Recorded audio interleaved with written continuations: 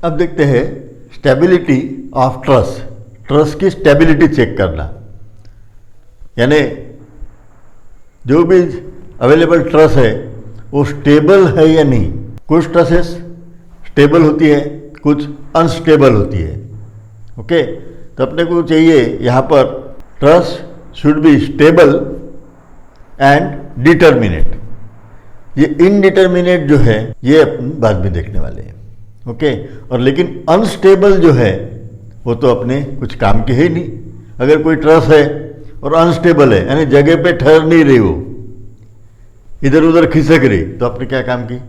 Okay, rigidity चाहिए तो always we should have stable truss. Stable तो रहना चाहिए। अब वो कभी डिटर्मिनेट रहेगी, कभी इनडिटर्मिनेट रहेगी।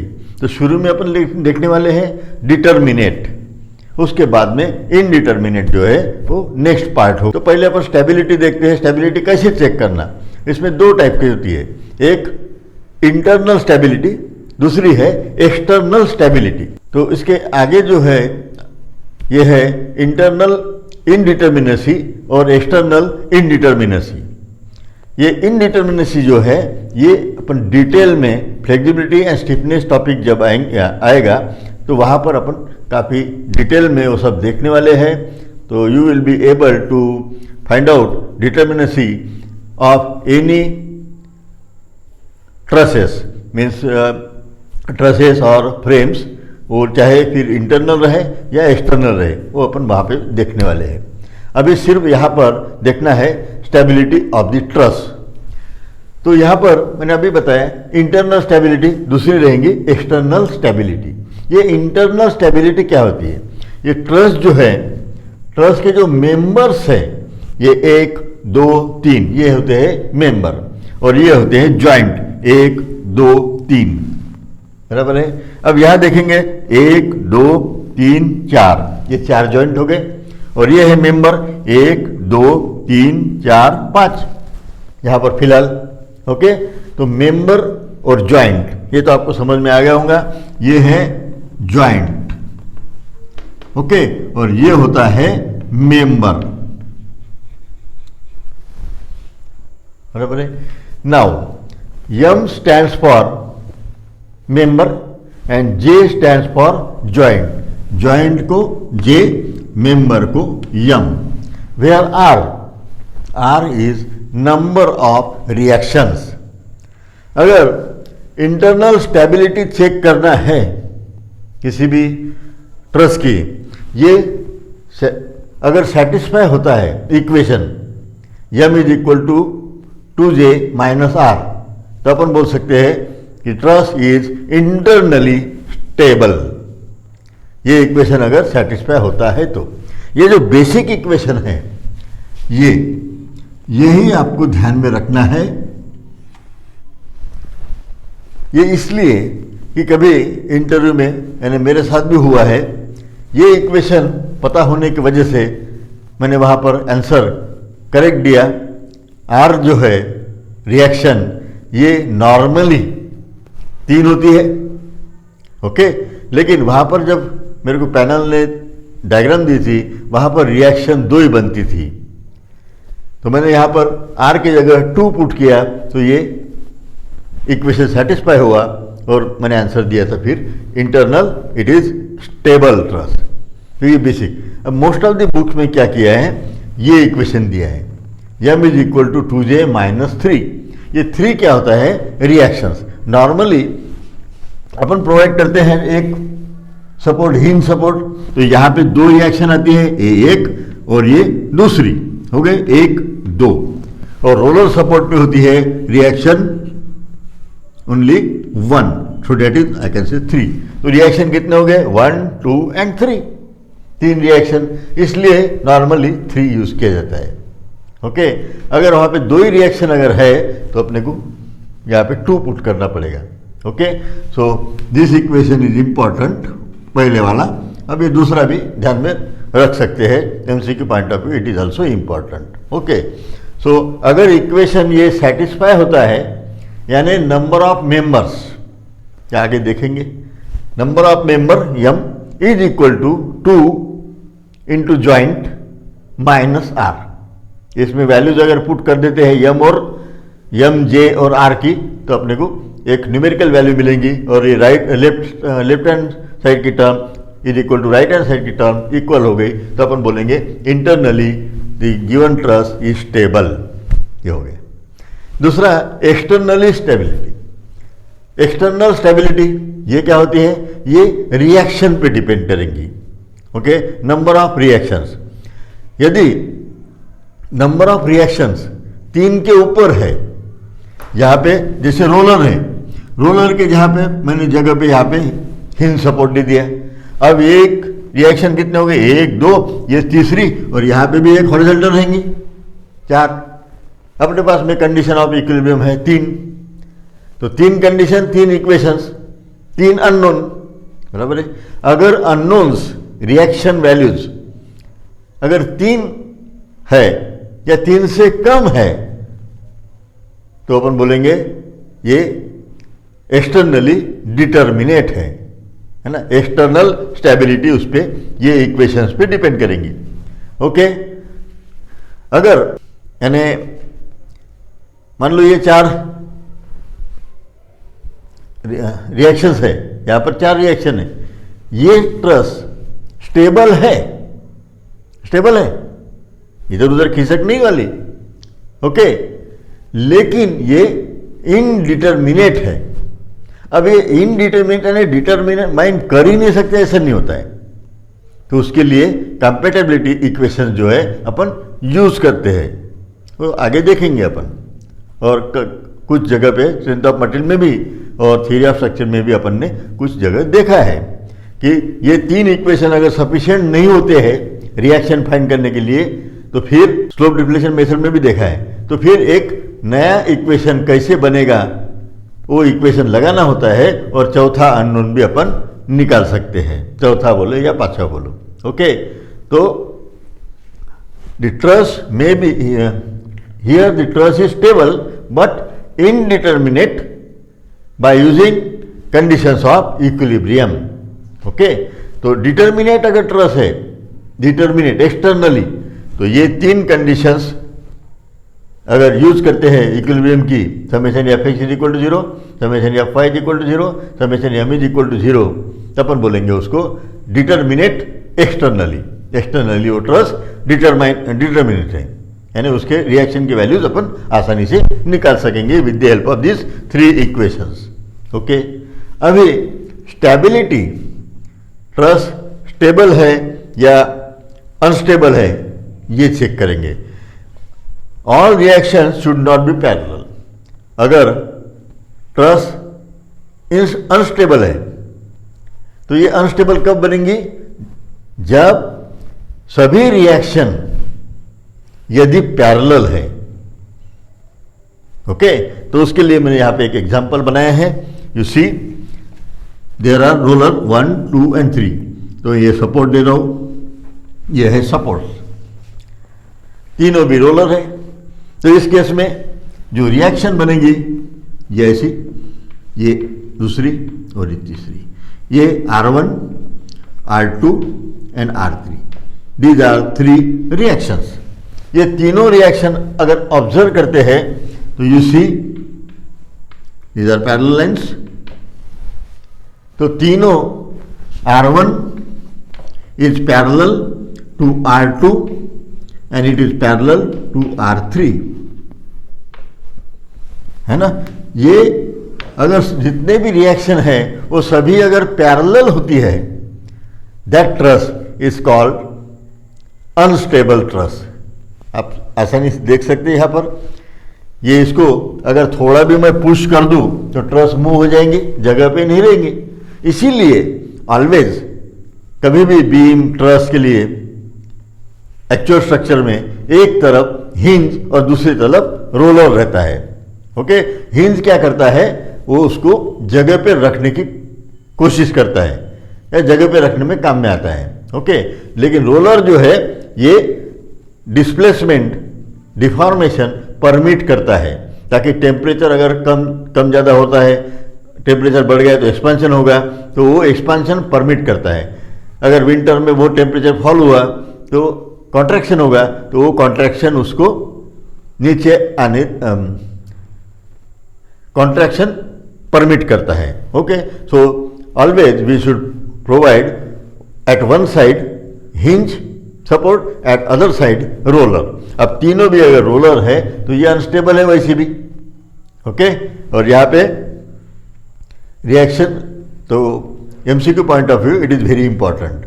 So all reaction should not be parallel, it should not be parallel.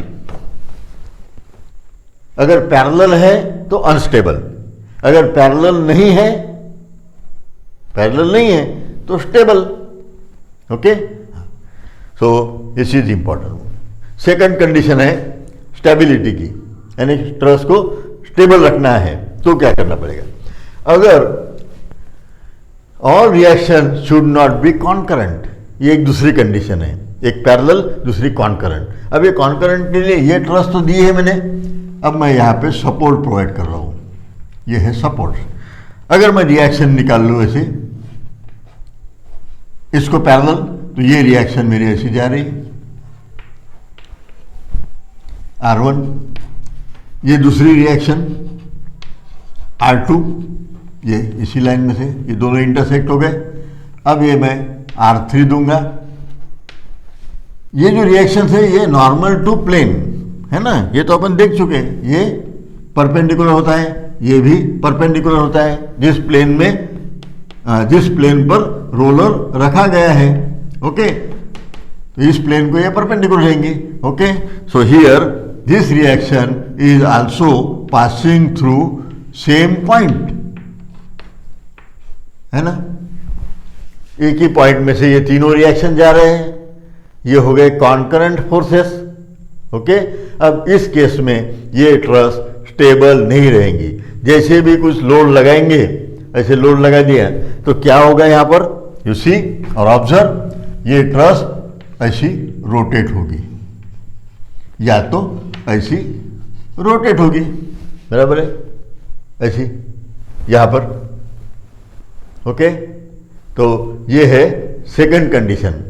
Okay, तो ये कॉन्करेंट नहीं रहना चाहिए सभी रिएक्शन, और सभी रिएक्शन पैरेलल भी नहीं रहना चाहिए. अगर रिएक्शंस पैरेलल है और कॉन्करेंट है देन वी से इट इज अनस्टेबल ट्रस. समझ में आ गया. ओके, नाउ अब उसी इक्वेशन का यूज करके स्टेबल और डिटर्मिनेट कौन सी ट्रस है, ये अगर कंसेप्ट समझ में आ गया है तो अपन MCQ के आंसर्स आसानी से दे सकेंगे. Now equation we know, m is equal to 2J minus R, R means reaction. अब ये ट्रस यहाँ पर, ओके, इस ट्रस को मैं एक एग्जाम्पल के तौर पर बताने जा रहा हूँ. Here there are reactions 1, 2 and this is our third reaction R3. 3 reaction है. ओके, तो R की वैल्यू कितनी हो गई, R is equal to 3. Number of joint कितने हैं, 1, 2, 3. Joint is equal to 3.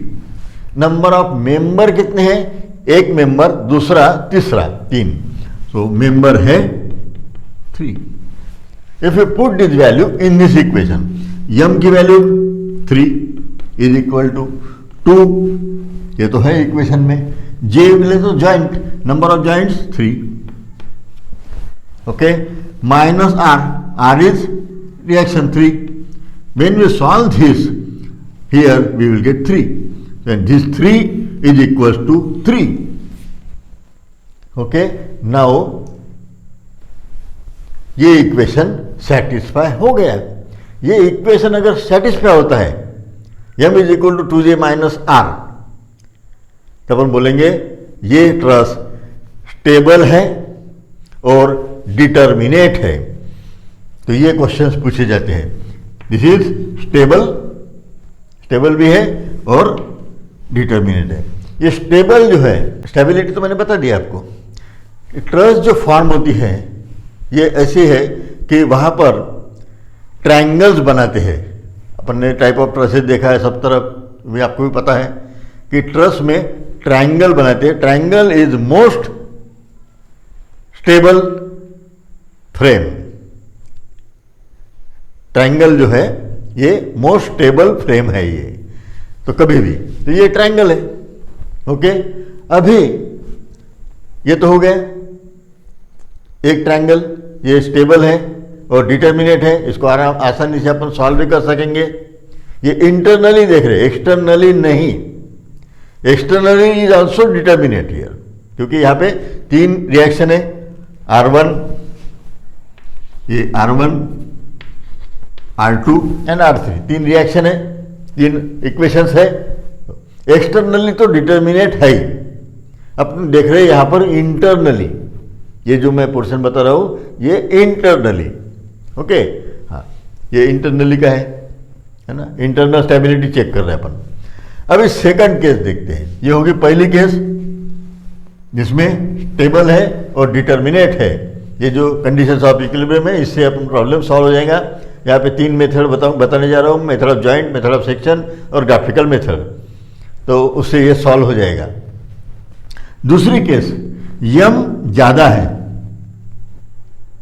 ना, इस लेफ्ट हैंड साइड की वैल्यू ये राइट हैंड साइड से ज़्यादा है। ओके, तो number of members are more. अब यहाँ पर ये तो दो ट्रायंगल्स फॉर्म हो गए, तो इसमें कोई प्रॉब्लम ही नहीं है, लेकिन मैं यहाँ ऐड करने जा रहा हूँ एक मेंबर। अब इस कंडीशन में एक्सटर्नली तो स्टेबल है या डिटर्मिनेट है, ये एक रिएक्शन, ये दूसरी रिएक्शन और ये तीसरी रिएक्शन, तीन रिएक्शन, तीन इक्वेशंस। ओके, यहाँ पर आप देखिए नंबर ऑफ मेंबर्स कितने हैं, 1 2 3 4 5 6। यहाँ जॉइंट नहीं है, यहाँ पर जॉइंट नहीं है। Okay, so here number of members are there 6 है। Number of joint 2 into 1 2 3 4, number of joints are 4। Reaction कितनी है, 3। अब यहाँ पे 6 और ये सॉल्व करते हैं, 8 - 3 it is 5, so I can से दिस इज। इसमें क्या है, एक मेंबर एक्स्ट्रा हो गया, नंबर ऑफ मेंबर्स। तो एक अगर मेंबर एक्स्ट्रा प्रोवाइड किया गया है, आगव मेंबर है, तो स्टेबिलिटी तो अच्छी रहेगी। ज़्यादा मेंबर्स है, ज़्यादा आपने इधर उधर से सपोर्ट देके रखा तो स्टेबल तो रहेगा, लेकिन कंडीशंस ऑफ इक्विलिब्रियम से ये न्यूमेरिकल छुड़ा नहीं सकेंगे। फोर्सेस इन द मेंबर, अपने को अल्टीमेटली क्या निकलना है, इन मेंबर्स में कितने फोर्सेस डेवलप होते हैं, वो फोर्सेस अपन यहाँ पर ये तीन कंडीशन के सहारे नहीं छुड़ा सकते हैं। ये भी छुड़ा सकेंगे, लेकिन वो सेकंड पार्ट जो है अपना इनडिटर्मिनेट ट्रस है ये, है ना। So here I have written stable, this given truss is stable है, उसमें कोई कम ज़्यादा होने वाला नहीं है। अगर इधर से फोर्स लगा दूं मैं तो ये मेंबर इधर ज्वाइन होने की वजह से ये इधर नहीं जाएंगे ट्रस। अगर इसके जगह पे मैंने ऐसे लगाया तो ये मेंबर उधर नहीं जाने दे रहा है। ओके, तो ट्रस एज इट इज रहेगी, यानी स्टेबल है, लेकिन इनडिटर्मिनेट है। ये इनडिटर्मिनेट क्यों बोला जाता है कि कंडीशंस ऑफ इक्विलिब्रियम के सहारे वो सॉल्व नहीं किया जा सकता है। उसके लिए एडिशनल इक्वेशन जो है कंपेटेबिलिटी का, वो अपने को, या डिफ्लेक्शन का जो भी है, वो अपने को इक्वेशन बनाना पड़ेगा, तो अपन उसको सॉल्व कर सकते हैं। इसलिए इसको बोला जाता है इनडिटर्मिनेट। अदरवाइज डिटर्मिनेट ही होता है, वैल्यू निकाल सकते हैं, सिर्फ अपने को दूसरे इक्वेशन जनरेट करना होगा। ओके, हाँ, तो डिटर्मिनेट और इनडिटर्मिनेट समझ में आ गया। डिटर्मिनेट यानी तीन इक्वेशन जो है, summation F X is equal to 0, summation F Y is equal to 0, summation M is equal to 0, ये तीन इक्वेशन के सहारे अगर अननोन्स निकाले जा सकते हैं, that structure is called determinate structure. ये तीन इक्वेशन के सहारे अगर अननोन सॉल्व नहीं कर सकते, then we call indeterminate structure. ये समझ में आ गया होगा। अब यहाँ पर मैंने आपको बताया कि ये जॉइंट नहीं है। यहाँ पर अगर मान लो जॉइंट है, जॉइंट यदि है ये वाला तो भी वही आना है। अब देखिए उसको अगर जॉइंट कंसिडर करते हैं तो यहाँ पे जे की वैल्यू जो है ये आ जाएंगी 5, 1 2 3 4 और ये पांचवा जॉइंट 5, इसको मल्टीप्लाई करना होगा 2, ये है जॉइंट और -3 बराबर है, और इसका आंसर 10 - 3 इट इज 7। और मेंबर ऑफ मेंबर, अब मेंबर ये अगर जॉइंट है तो मेंबर्स कितने होंगे, 1 2 3 4 ये तो हो गए, बाद में 1 2 3 4, 4 और 4 8, सो यहाँ पर मेंबर हो गए 8। ओके, और आंसर आ रहा है 7 इधर, तो 7 मेंबर ही चाहिए वहां पर, लेकिन मेंबर कितने प्रोवाइड किए हैं अपन ने, 8। अगर ये जॉइंट नहीं कंसीडर करते हैं तो भी अपने को 6 मेंबर, लेकिन लगने वाले मेंबर हैं 5, यहाँ पर लगने वाले हैं 7, यानी 5 मेंबर लगने की आवश्यकता है और 1 मेंबर आपने एडिशनल प्रोवाइड कर दिया है, एक्स्ट्रा मेंबर हो गया, उसकी जरूरत नहीं है, लेकिन वो मेंबर होने की वजह से वो मेंबर भी कुछ फोर्सेस कैरी करेगा, तो उसको अपने को डिटरमाइन करना है तो इक्विलिब्रियम कंडीशन से नहीं निकल सकता, क्योंकि इक्विलिब्रियम कंडीशन से अगर प्रॉब्लम सॉल्व करना है तो ये इक्वेशन उसको सेटिस्फाई करना ही है। लेकिन इस केस में ये इक्वेशन जो है सेटिस्फाई नहीं हो रहा है, इक्वल टू नहीं हो रहा है, यहाँ 6 है, यहाँ 5 है, ये 8 है, यहाँ पे 7 है। Okay, therefore it is stable, यानी इधर उधर तो नहीं जाएगी, हिलेगी नहीं, लेकिन इनडिटर्मिनेट है वो, इनडिटर्मिनेट। ओके, नाउ नेक्स्ट, अब यम की वैल्यू कम है, नंबर ऑफ मेंबर जो लगने वाले हैं मिनिमम ये 3, ट्रस फॉर्म करने के लिए बराबर ट्रायंगल बनना चाहिए, ट्रायंगल जोड़ते गए तो ट्रस अच्छी बन जाती है और डिटर्मिनेट बन जाती है। ओके, अभी ये भी अगर ऐसा नहीं होता है, यहाँ पर ये हो गया एक ट्रायंगल दूसरा ट्रायंगल, ये एग्जाम्पल हो गया अपना डिटर्मिनेट का, स्टेबल एंड डिटर्मिनेट। अब देखिए यहाँ पर नंबर ऑफ मेंबर कितने हैं, 1 2 3 4 और ये 5, ये जॉइंट 1 2 3 4 है ना, 4 × 2 - 3 द आंसर बिकम्स 3, और in this case member is equal to 5, ये 5 है ना, तो ये अभी स्टेबल भी है, और यानी इधर से पोस्ट लगाए तो भी कुछ नहीं होने वाला, इधर से लगाए तो भी जगह पे रहने वाली है, और डिटर्मिनेट भी है।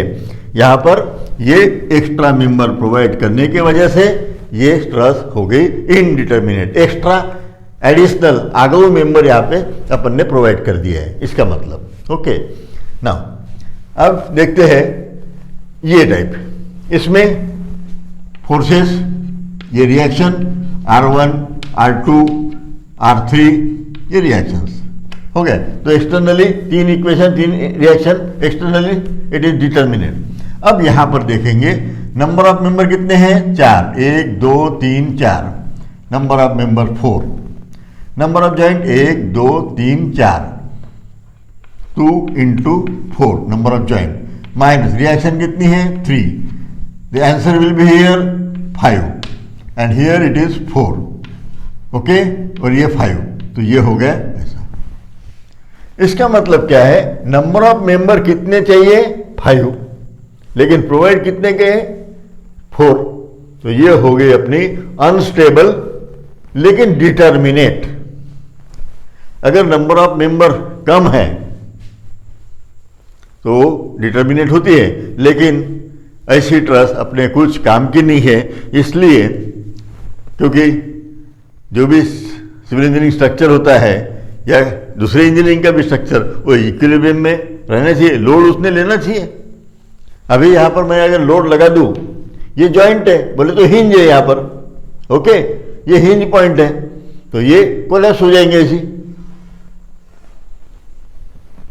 है ना, ये कोलैप्स हो गई, तो ये अपने कुछ काम की नहीं है।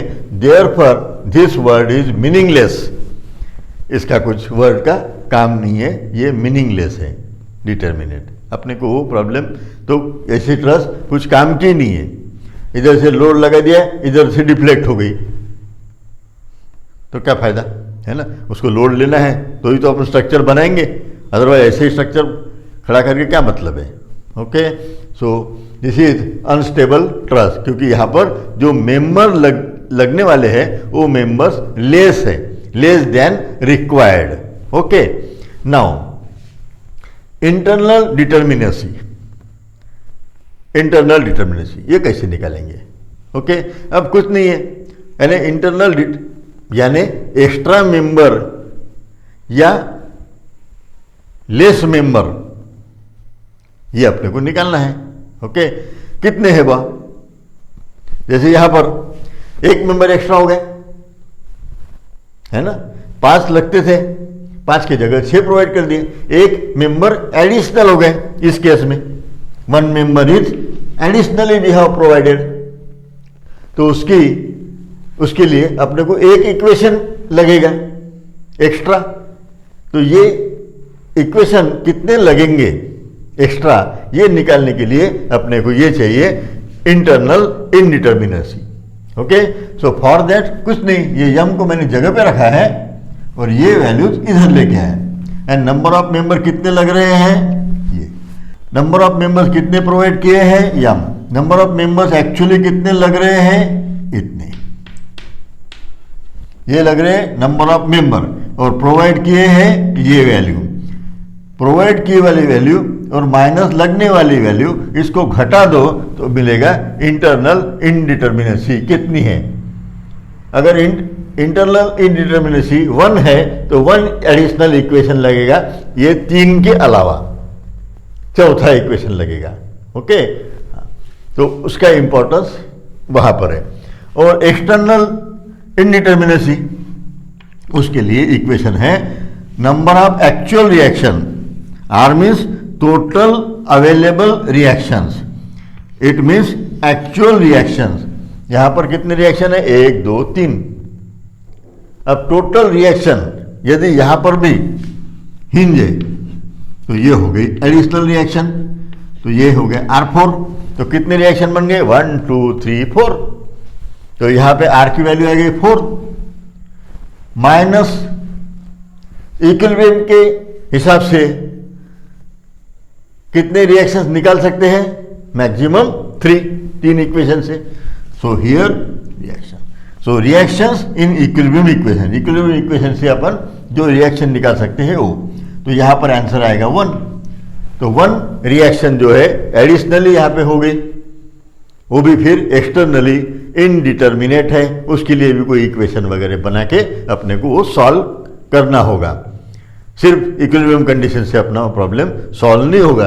ये जो है, ये दोनों चीजें, ये इन डिटेल विथ अच्छे से कंसेप्ट, ये फ्लेक्सिबिलिटी एंड स्टिफनेस मेथड जो है वहां पर मैं ये लेने वाला हूं, क्योंकि ये इसका नॉलेज इन डिटेल बहुत लगता है, क्योंकि इस पे भी अच्छे क्वेश्चंस आते हैं एमसीक्यू बेस, और फ्लेक्सिबिलिटी और स्टिफनेस मैट्रिक्स मेथड जो है, इसको ये नॉलेज के बगैर आगे जा नहीं सकते। ये प्री रिक्विजिट नॉलेज है, यानी प्रिलिमिनरी नॉलेज है वो फ्लेक्सिबिलिटी और स्टिफनेस सीखने के लिए। ओके, तब मैं इसको और ज़्यादा इन डिटेल इलेबोरेट करूँगा। यहाँ पर जो मैं ट्रस बताने जा रहा हूँ, ये मेथड ऑफ जॉइंट सेक्शन और ग्राफिक्स के एक एक न्यूमेरिकल लेके बताऊंगा, क्योंकि ये एक्चुअल पार्ट है स्ट्रेंथ ऑफ मटेरियल या इंजीनियरिंग मैकेनिक्स। ओके, उसका ये पार्ट है। अभी एनालिसिस ऑफ स्ट्रक्चर देख रहे हैं अपन, या थ्योरी ऑफ स्ट्रक्चर, तो यहाँ पर उसके आगे का देखना है। और ये method of joint, method of section, ये तो अपने को प्री रिक्विजिट नॉलेज हो गया अभी, यानी उसका नॉलेज जो है ये मिनिमम अपने को लगेगा, उसके सहारे आगे जाते हैं। जैसा अपन ने एक फॉर एग्जांपल एसएफटी बीएमडी देखा है, तो वहाँ पर रिएक्शन के कोई नंबर नहीं मिलेंगे, क्योंकि रिएक्शन आपको निकालते आना चाहिए, और उसके आगे फिर एसएफडी और बीएमडी है, आगे का कैलकुलेशंस एक्सपेक्टेड है। तो वैसे ही ये जो एनालिसिस ऑफ स्ट्रक्चर है, यहाँ पर आपको रिडंडेंट मेंबर, जो एडिशनल मेंबर अगर प्रोवाइड किया गया है, तो उसकी फोर्सेस क्या होंगे, और उसके वजह से बाकी मेंबर में क्या फोर्सेस आएंगे, या टेम्परेचर राइज, उससे क्या फोर्सेस डेवलप होने वाले, लैक ऑफ फिट से क्या होने वाला है, और ट्रस का किसी पर्टिकुलर पॉइंट पे डिफ्लेक्शन कितना होने वाला है, ये चीज़ें पढ़ना है। ओके, तो method of joint, method of section जो है ये प्रिलिमिनरी या प्री रिक्विजिट नॉलेज है, ये आगे के लिए। ओके।